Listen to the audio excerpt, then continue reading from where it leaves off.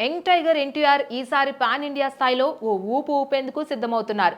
KGF, Salaar వంటి black busters కు దర్శకత్వం వహించిన ప్రశాంత్ నీల్ తో ఎన్టీఆర్ సినిమా అంటేనే ఇండస్ట్రీలో బస్ టాప్ గేర్ లో ఉంది. ఇది యాక్షన్ ఎమోషనల్ మిక్స్ తో మాస్ తో పాటు క్లాస్ ను కూడా ఆదరించే సినిమా కానుందని టాక్ కూడా ఉంది.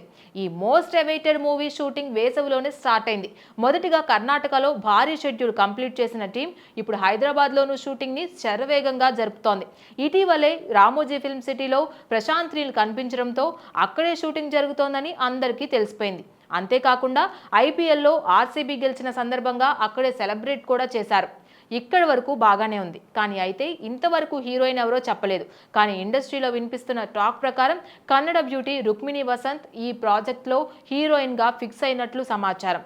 సప్తసాగరాలు దాటి సినిమాతో ప్రేక్షకుల మనసులు దోచుకున్న ఈ నటి ఈ సినిమా హిట్ అయిన తర్వాత పాన్ ఇండియా ఫాలోయింగ్ ను తెచ్చుకుంది.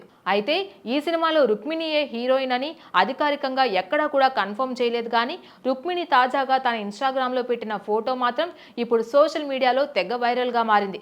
ఒక క్యారవాన్ లో వైట్ టైగర్ ప్రింట్ తో ఉన్న షర్ట్ వేసుకొని స్టైలిష్ గా పోజ్ ఇచ్చిన ఆ ఫోటోకు తాము ఇచ్చిన caption tiger tiger burning bright. So ఇది మన యంగ్ టైగర్ అంటే మన ఎన్టీఆర్కి పరోక్షంగా ఇచ్చిన ట్రిబ్యూట్గానే ఫ్యాన్స్ చూస్తున్నారు. ఆ ఫోటో తీసింది కూడా రామోజీ ఫిల్మ్ సిటీలోనని భావిస్తున్నారు. దాంతో ఫ్యాన్స్తో పాటు ఫిల్మ్ సర్కిల్స్లోనూ ఇదే కన్ఫర్మేషన్గా తీసుకుంటున్నారు. ఇంకొన్ని రోజుల్లోనే మేకర్స్ నుంచి అధికారిక ప్రకటన రాబోతోందని సమాచారం.